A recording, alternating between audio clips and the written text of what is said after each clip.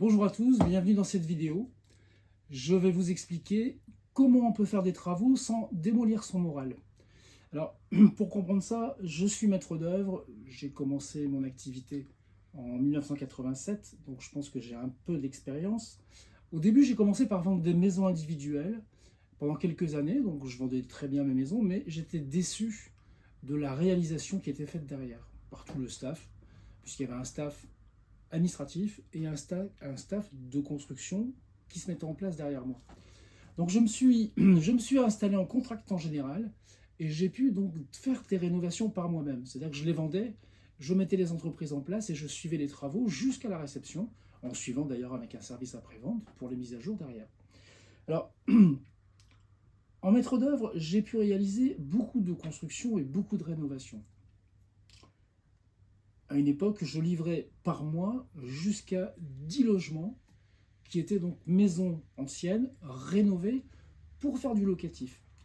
On en sortait une dizaine par mois, c'était très serré, mais on arrivait à tenir nos chantiers parce qu'on avait déjà l'esprit à mettre en place une méthode pour faire tout ce travail.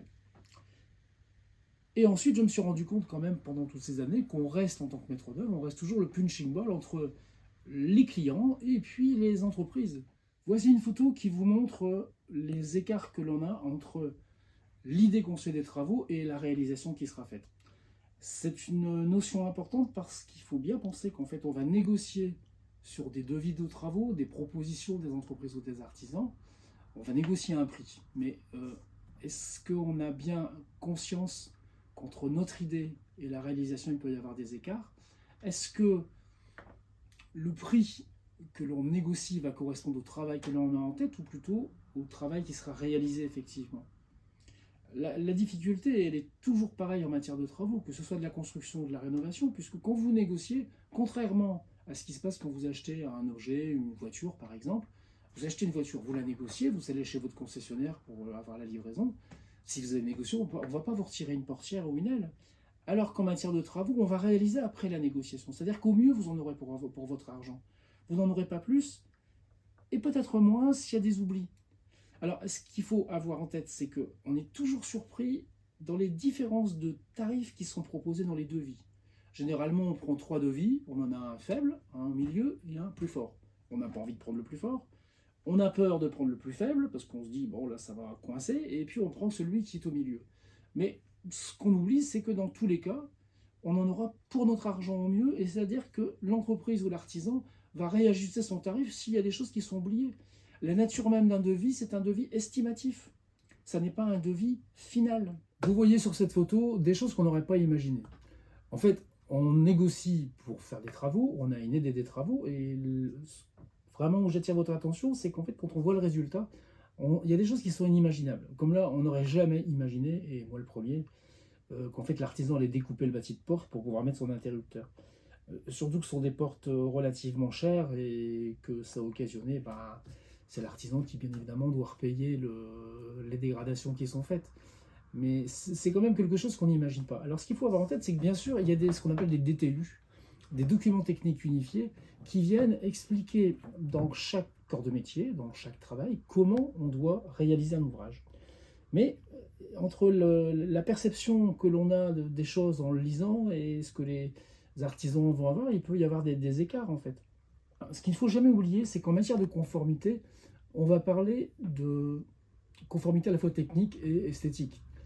Pour tout ce qui est des conformités techniques, bien évidemment, on a des assurances qui sont derrière. Si un ouvrage n'est pas conforme, qu'il n'a pas été réalisé suivant les DTU, bien évidemment, il y a un désordre qui est là et une assurance pourra prendre en charge la réfection.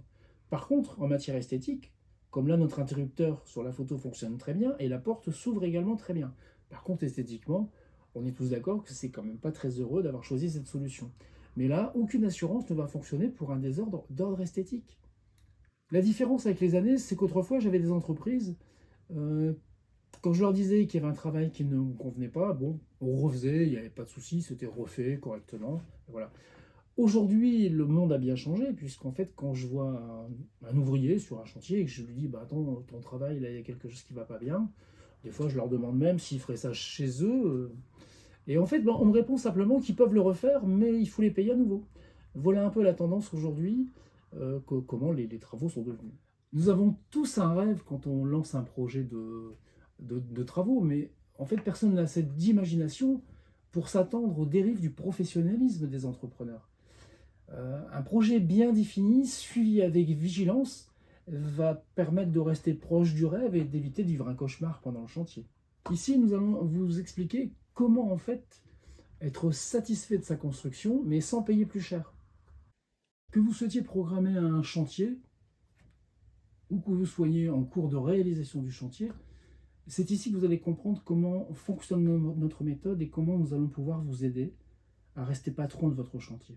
Nous sommes tous enclins à croire que les professionnels avec qui nous allons travailler comprennent notre projet, notre rêve, ce que l'on a envie de réaliser, et qu'ils l'ont bien compris.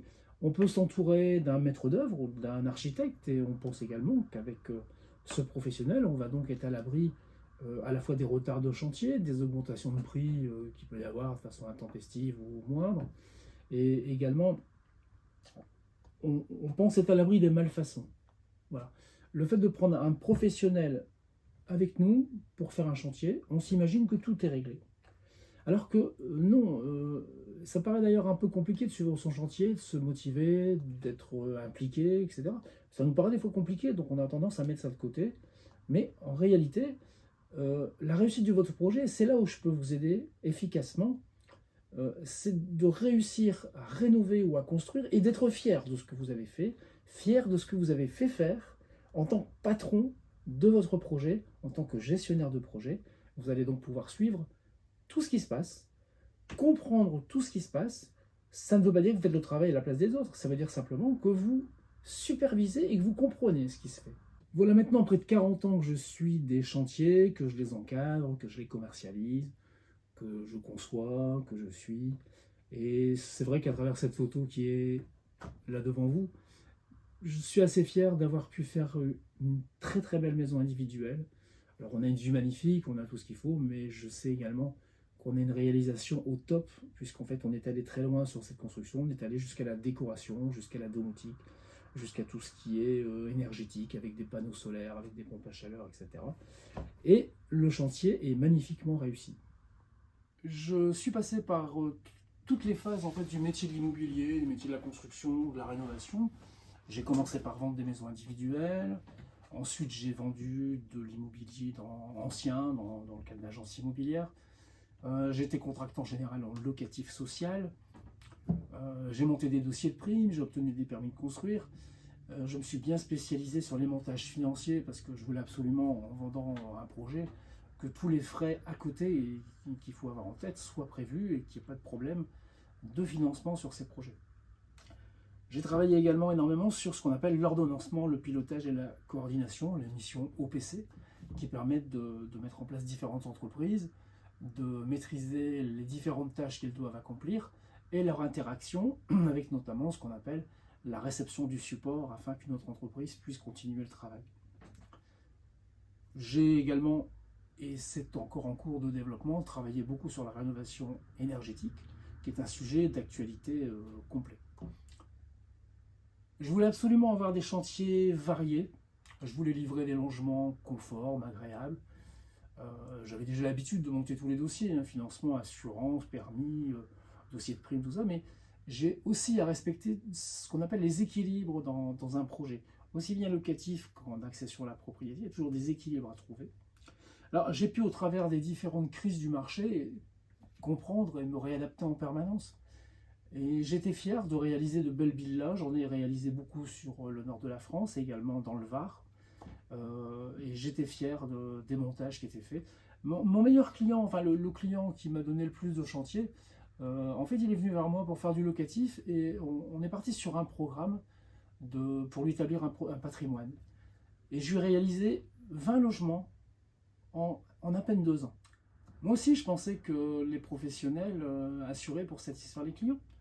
En réalité, on ne trouve plus beaucoup d'architectes compétents pour le suivi de chantier parce qu'ils ne sont plus formés à cela en France. Les artisans qui ont leur savoir-faire sont confrontés à une réglementation de plus en plus envahissante et à un administratif tellement lourd qu'ils finissent par ne voir que l'argent à faire rentrer pour pouvoir honorer tout ce qui est prélevé à la fin du mois. Et on déplore aujourd'hui, sur les chantiers, on a du mal à parler du chantier lui-même. On parle beaucoup plus d'argent que de chantier. Ça, c'est une dérive de ce qu'on vit aujourd'hui, qu'on arrive à résorber en reprenant de la passion par l'intérêt qu'on porte du projet dans tous ses détails. Alors, il est difficile d'organiser tous les acteurs d'un projet, puisqu'en fait, chacun pense d'abord à soi avant de penser à la satisfaction client. Et c'est ça aujourd'hui qu'avec notre méthode, on essaye de résorber de façon à parler tous les jours beaucoup plus du chantier, du travail et de la fierté du travail bien fait. Alors, j'ai essayé beaucoup de choses, je me suis formé énormément. J'ai un DESS d'administration des entreprises pour pouvoir comprendre comment fonctionne une entreprise. J'ai un DESS en management immobilier qui me permet de travailler sur la gestion de projet. Je me suis retrouvé en qualité de consultant à une époque où je travaillais sur l'organisation des entreprises et j'ai pu mettre à niveau des entreprises de plus de 400 personnes dans les standards des normes ISO, que ce soit en 9001 pour l'organisation, que ce soit en 14001 pour tout ce qui est environnemental, et également en OHSAS 18001 qui est tout ce qui est santé et sécurité au travail. Ça m'a permis de tester des préconisations, de tester beaucoup de méthodes et de voir ce qui permet de faire du concret pour les chantiers. J'ai donc mixé mes connaissances en gestion d'entreprise, en gestion de projet immobilier et en organisation du management par la qualité. Alors, j'ai observé des architectes, des maîtres d'œuvre, j'ai regardé comment tous les professionnels travaillaient, j'ai analysé ça. J'ai donc mixé mes connaissances en construction, en gestion de l'immobilier, en gestion des dossiers, en organisation des entreprises. J'ai mixé tout cela et j'ai observé les architectes, les maîtres d'œuvre, les gens qui font de l'OPC, les gens qui font du SPS pour la sécurité sur les chantiers. J'en suis arrivé à la conclusion qu'il fallait faire une synthèse globale de toutes ces démarches partielles qui existent afin de créer une méthode qui utilise un subtil dosage de réglementation, d'habitude et surtout de comprendre les comportements de chacun des acteurs d'un chantier pour pouvoir réussir le chantier. Alors le problème est que tout ce qui est mis en place aujourd'hui, il est pour des gros chantiers et semble peu adapté pour des plus petits chantiers. Par contre, avec un peu de bon sens, on parvient justement à savoir ce qui est utile pour un plus petit chantier, ce qui l'est moins, et on va s'adapter suivant la nature, la taille du chantier. La méthode va s'adapter automatiquement. L'essentiel étant de respecter toutes les étapes, de bien comprendre à chaque étape pour pouvoir réussir à la fin. Si on ne fait pas cela, en fait, ce sont les entrepreneurs qui font loi avec leurs habitudes. Les particuliers pensent d'ailleurs qu'en faisant confluence en professionnel, artisan, entreprise, l'artisan va exactement faire ce qu'il souhaite. Alors que non, la priorité de l'artisan, de l'entrepreneur, c'est de pouvoir justement vivre de son travail et assurer les flux d'argent qu'il a besoin pour que le chantier puisse tourner. Avec toute cette méthode, si je ne réussissais pas, avec toute l'expérience que j'ai eue, et qui était vraiment très très complète, ce serait vraiment inimaginable de ne pas arriver à réaliser, à faire ce métier-là. Avec toute cette expérience, cette méthode mise en place, ça aurait été un comble de ne pas réussir avec 40 années d'expérience et puis une réelle passion pour ce métier. Et de toute façon, ça aurait été invivable si je ne réussissais pas. Alors, toute la réglementation est pensée pour des PME et peu pour des artisans. Je l'ai adapté avec un parcours qui va de A à Z, encadré par le bon sens pour réussir. J'ai également, donc en qualité d'auditeur pour la certification en management par la qualité, j'ai pu définir ce parcours à travers une approche par les processus. Tous les documents nécessaires jalonnent les process. Il reste au maître de l'ouvrage à bien intégrer le parcours qu'il a à suivre, de comprendre les enjeux à chaque phase et en identifiant toutes les interactions. Une synthèse pour encadrer tous les acteurs, une synthèse en réalité pour encadrer les comportements de chaque acteur, que ce soit le comportement d'un artisan, que ce soit le comportement d'un maître d'ouvrage, donc vous. En fait, il faut bien savoir qu'est-ce que l'on doit faire, qu'est-ce que l'on est en droit d'attendre et comment se comporter.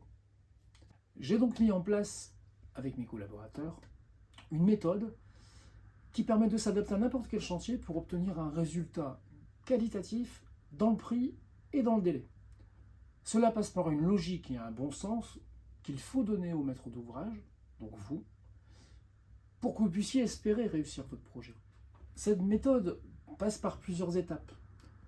Tout d'abord, il va falloir définir le projet, le concevoir, réaliser un cahier des charges, faire des plans. Dans un deuxième temps, il va falloir monter le projet avec les budgets, les primes, les coûts, savoir financièrement où on va. Ensuite, on va consulter des entreprises et mettre en place des contrats, non pas des devis, mais des marchés de travaux avec des vrais contrats qui définissent tout ce qui peut se passer et comment surtout réagir par rapport à ce qui se passe sur un chantier. Ensuite, on a une phase de préparation du chantier qui est très très importante. Tout ce qui n'est pas fait en préparation de chantier, c'est un véritable boomerang en cours de route. Alors, évidemment, on a toujours un peu tendance à mettre de côté cette partie intellectuelle d'un chantier, c'est-à-dire qu'il faut réfléchir avant de le faire. Si ce n'est pas réfléchi, vous ne pouvez pas ensuite suivre, puisqu'en fait, suivre un chantier, c'est quoi? C'est simplement constater s'il est conforme ou pas à ce qu'on a défini au départ. Mais encore faut-il avoir passé du temps à le définir, et d'une façon bien concrète. Ensuite, le suivi de la réalisation, il faut comprendre simplement comment se passent les paiements, comment on fait des contrôles, quelles sont les tolérances accordées par les DTU, et surtout on va en fait mesurer les écarts entre ce qui est prévu et ce qui se réalise. Dans la dernière partie, nous aurons donc la réception du chantier, c'est-à-dire l'accord que nous donnons quand nous acceptons l'ouvrage auprès des entreprises. Il peut y avoir des corrections, il peut y avoir des réserves de chantier, mais derrière, ce qu'il faut avoir en tête, c'est surtout la mise en place des garanties. Comment je vais être garanti en biennal ou en décennal sur le travail réalisé? Est-ce que c'est recevable? Est-ce que le travail est conforme pour qu'une assurance me le valide? Voilà, il faut utiliser tout ça et pouvoir utiliser un service après-vente qui doit être assuré par les entrepreneurs. Donc en fait, tout le parcours est jalonné des documents nécessaires pour cette mise en œuvre. Alors avec notre méthode, vous éviterez la plupart des problèmes et nous restons à vos côtés pour résoudre ceux qui peuvent survenir en cours de route. Vous économiserez du temps et votre engagement est de suivre pas à pas comment faire et garder du bon sens. Les résultats me permettent aujourd'hui de livrer des chantiers corrects. J'ai diminué énormément le nombre de conflits et amélioré totalement la communication entre les différents acteurs sur le chantier. Même face aux derniers défis imposés par l'actualité, notamment la baisse, plutôt je me trompe, c'est plutôt la hausse des prix dans le bâtiment. Depuis 1 an et demi, c'est à peu près de l'ordre de 30%, et le désintérêt manifeste pour le travail que l'on constate dans beaucoup de métiers par ailleurs. Et on a également quelque chose aujourd'hui qui est compliqué, c'est la précarité des entreprises qui bien souvent ont été sous perfusion pendant le Covid avec les PGE. C'est-à-dire que même les entreprises qui étaient au point de déposer le bilan, on leur a donné la possibilité de faire des prêts pour se renflouer, mais de toute façon, arrive à un certain moment, ce qui ne marchait pas, les entreprises qui ne tenaient pas, elles finissent par mourir parce qu'elles étaient déjà malades au départ. Donc en fait, il faut être conscient de ce contexte, et la méthode intègre parfaitement tous ces éléments. Et demain, la méthode évoluera évidemment avec la nouvelle actualité que nous aurons demain, puisque c'est un monde en perpétuelle évolution. Alors, en prenant juste le temps de comprendre la logique pour réaliser votre projet, vous éviterez de vous perdre. Vous éviterez les ennuis et vous garderez le contrôle de la communication du chantier. Au final, vous économisez du temps et de l'argent en conflit stérile. Jusqu'à maintenant, j'ai pu former 2 collaborateurs en 3 ans à monter des projets en assurer la réalisation. Aujourd'hui, il suit avec moi tous les chantiers. Je peux enfin vivre correctement mon activité, je suis fier des projets réalisés et je maîtrise parfaitement mon sujet. Je suis à l'aise dans toutes les facettes du métier et fier de pouvoir apporter toute mon expérience aux particuliers qui veulent faire des travaux. Il m'a fallu beaucoup de temps pour mettre en place cette méthode qui aligne la théorie et la réalité, d'autant que j'ai voulu m'adapter à toutes les évolutions du métier. Vous allez bénéficier immédiatement de toute cette expérience qui va vous permettre de comprendre le juste nécessaire de la théorie afin que vous puissiez mettre en pratique et vous adapter aux différents acteurs et à leur comportement. Vous avez toutes les cartes en main pour réussir.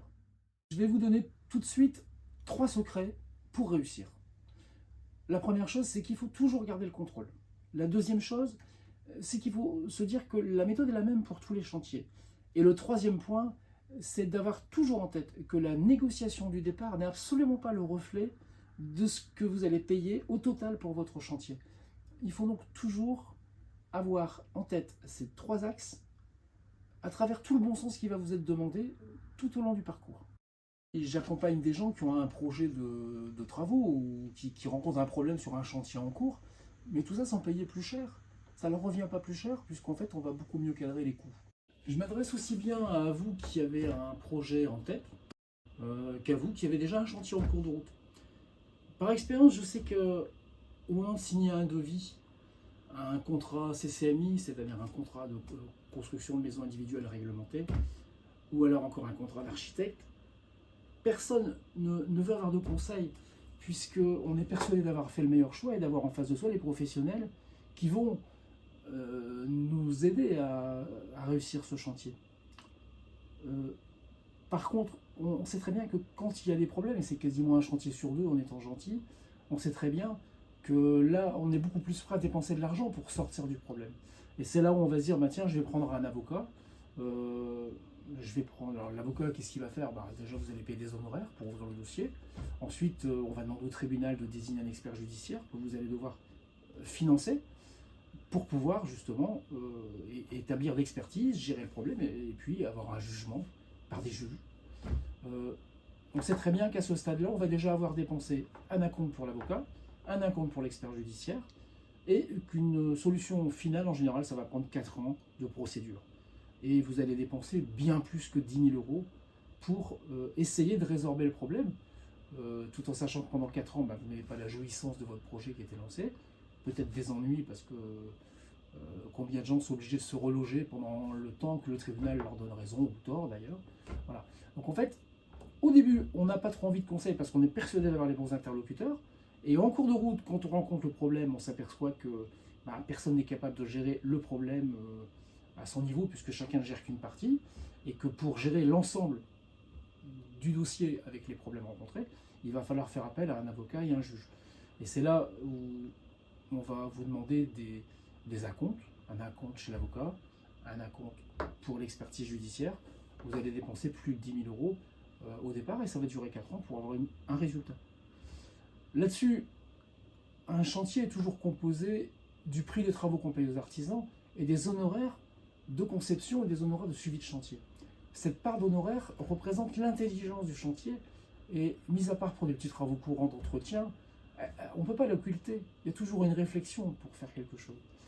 Alors, ma méthode va vous permettre de rester le patron de votre chantier et de pouvoir mettre en place les différents acteurs et de garder le contrôle. Vous ne paierez pas plus cher, puisqu'en maîtrisant les dépenses inutiles et en contrôlant le chantier, vous éviterez d'avoir à faire appel à la justice et d'attendre 4 ans en ayant dépensé 10, 20, 30 000 euros. Là, vous aurez tout de suite, à l'instant T, la méthode, la façon de faire, comment se comporter pour résoudre les problèmes que vous rencontrez. Et dans une autre formule, c'est de dire, si vous avez un projet de travaux, c'est de mettre en place tout ce qui fait que vous allez mettre toutes les chances de votre côté pour être satisfait et éviter d'être confronté au problème. Donc on a à la fois du préventif et du curatif. Comme beaucoup, je pensais au départ que les professionnels savaient ce qu'ils feraient, ce qu'ils font, et que je ne devais pas me poser plus de questions. Je faisais confiance, et plus le chantier avançait, et plus je sentais que tous les acteurs du projet n'étaient pas organisés entre eux, que la communication n'était pas là, et je sentais que personne ne travaillait pour me satisfaire. Ma méthode permet de garder le contrôle et de réussir à obtenir ce que je souhaite. Vous voyez ici une cartographie des processus qui part des exigences que l'on a pour arriver à la satisfaction. Et vous voyez sur la photo, vous voyez très bien qu'on part de planifier, on va faire ce qu'on a planifié, on va vérifier ce qu'on a fait et on va améliorer en fonction de ce qu'on a pu observer comme vérification. Ça, c'est la base de l'enchaînement qui permet de cadrer les process successifs qui vont nous amener de l'exigence d'un projet à sa satisfaction lorsqu'il est réalisé. Chaque étape doit être développée et travaillée pour réussir. L'idée, c'est d'améliorer en permanence le parcours. On planifie, on exécute, on vérifie et on corrige. on améliore. Tout est détaillé pour suivre étape par étape avec des fiches pratiques, avec des courriers types, avec des fiches d'analyse qui sont fournies pour accompagner le maître d'ouvrage. Et le maître d'ouvrage, en fait, c'est vous. Vous voyez ici plusieurs réussites de chantier. On a une maison que j'ai faite dans le Var avec une piscine, on a une maison neuve que j'ai faite sur un lotissement relativement haut de gamme sur la région lilloise. On voit l'intérieur d'une maison que j'ai livrée toute terminée, avec le parquet, les peintures, etc. On voit ensuite des idées, des choses qu'on a testées sur l'éclairage de certaines pièces, comme là, la salle de bain. Et la dernière photo que vous avez, c'est donc une rénovation où, en fait, sur l'ancien lotissement haut de gamme des années 70, on est venu sur une maison la refaire complètement et en même temps y ajouter 3 extensions, avec les difficultés de mariage des coloris de briques en fonction des bains, etc. Ça vous permet de voir que l'on réussit des chantiers. Alors, quelle que soit la taille du chantier, la méthode est mise en place, elle est unique, elle est la même pour des plus gros chantiers, pour des plus petits chantiers. Tout est adaptable. Lorsque l'on se penche sur la réglementation, les normes, les pratiques habituelles, on pense immédiatement « mais c'est trop lourd pour mon petit chantier ». On met de côté tous les conseils car tout semble inadapté au projet. C'est ici une des clés pour réussir. Il faut une méthode unique pour tous les chantiers. Une logique et un bon sens qui vont permettre de réussir, quelle que soit la taille du chantier. C'est elle qui permettra de communiquer avec le même langage. Comme je garde le contrôle de mon projet, il est facile de porter la communication au top et de se comprendre avec tous les acteurs du projet. C'est une méthode simple et efficace qui va de A à Z sans laisser au hasard aucune des phases de mon projet. Sur ces photos, vous voyez un chantier qui vient d'être réceptionné. Donc effectivement, la pelouse n'est pas encore poussée, mais on voit l'intérieur du logement où en fait c'est déjà habité. C'est un chantier qui était très très réussi. Juste en dessous, vous avez une piscine, une des piscines que l'on a faites. À côté, vous avez l'intérieur d'une extension qui a été réalisée. Alors une extension qui a été faite avec la même brique, la même tuile, etc. que l'existant. Et à l'intérieur, vous voyez, on a reporté des éléments esthétiques, c'est-à-dire qu'on a mis une fausse poutre qui reste apparente dans le séjour. Vous avez sur la droite l'extension d'ailleurs de cette maison, vous avez vu la poutre juste avant. Vous voyez l'extension avec la même brique, la même tuile que le bâtiment d'origine. Et en dessous, vous avez donc une maison contemporaine qui a été réalisée avec des matériaux relativement innovants et une maison quand même qui a travaillé vraiment beaucoup sur les économies d'énergie. Ayez en tête de rester le patron de votre chantier pour obtenir la qualité sans payer plus cher. Alors, bien souvent, je rencontre des clients qui comparent les devis. Ils choisissent sur le prix alors qu'en réalité, peu importe le prix annoncé, le prix final risque d'être différent car souvent le prix de départ est estimatif. Il est ensuite facile de perdre tout ce que l'on pense avoir bien négocié, puisqu'en fait les lignes de devis se rajoutent, se corrigent, fluctuent et le délai devient totalement aléatoire. Ma stratégie est de consulter sur le même cahier des charges les mêmes plans les entreprises. Ma méthode va vous donner tous les éléments pour savoir comparer et comprendre les différentes offres. Vous saurez quels sont les garde-fous à mettre en place pour composer une équipe, pour mandater l'entreprise, quels sont vos devoirs en qualité de maître d'ouvrage, et vous saurez également comment contenir les prix, surtout en cas de surprise sur le chantier. Alors encore des réussites, vous voyez l'intérieur de logement, on a fait des peintures, on a même fait des meubles. Voilà, on était vraiment jusqu'au bout de ce chantier, c'est un chantier magnifique sur l'île. Ensuite, vous avez la photo d'un intérieur sur une maison qu'on a refait complètement. On a gardé le mur de façade, on a refait toute la maison en ossature bois complète de A à Z. Alors vous avez la photo extérieure justement de toute cette maison qui a été refaite. Et après vous avez une photo avec un logement en plein dans l'île qui était refait avec une surélévation, des toitures en zinc, des briques à l'ancienne et une toiture végétalisée. Et ensuite, vous avez encore une photo d'intérieur d'une maison. Tous ces chantiers sont des réussites. Quel que soit votre projet, n'oubliez jamais que malgré vos talents de négociateur, vous n'en aurez au mieux que pour votre argent. Ce n'est pas le devis qu'il faut négocier, c'est réussir à garder le contrôle avec ma méthode. Vous allez réussir et être satisfait car vous allez maîtriser la logique et les étapes de votre projet. Postulez maintenant pour un appel gratuit de 30 minutes afin de savoir si vous êtes admissible au programme de coaching en solutionstravaux.com. Réservez votre appel, Cet appel s'adresse aux personnes qui ont un projet de travaux et qui souhaitent recevoir une synthèse complète et personnalisée avec ma méthode, ou aux personnes qui sont déjà en cours de chantier et qui rencontrent un problème qu'il faut solutionner. Dès votre admission, nous aurons 1 heure de visio pour comprendre votre projet ou votre chantier. Vous nous fournirez tous les documents dont nous aurons besoin pour vous élaborer une synthèse complète, afin que vous puissiez prendre votre chantier en main, solutionner un problème et, dans tous les cas, réussir votre projet. Réservez votre appel, je vous attends.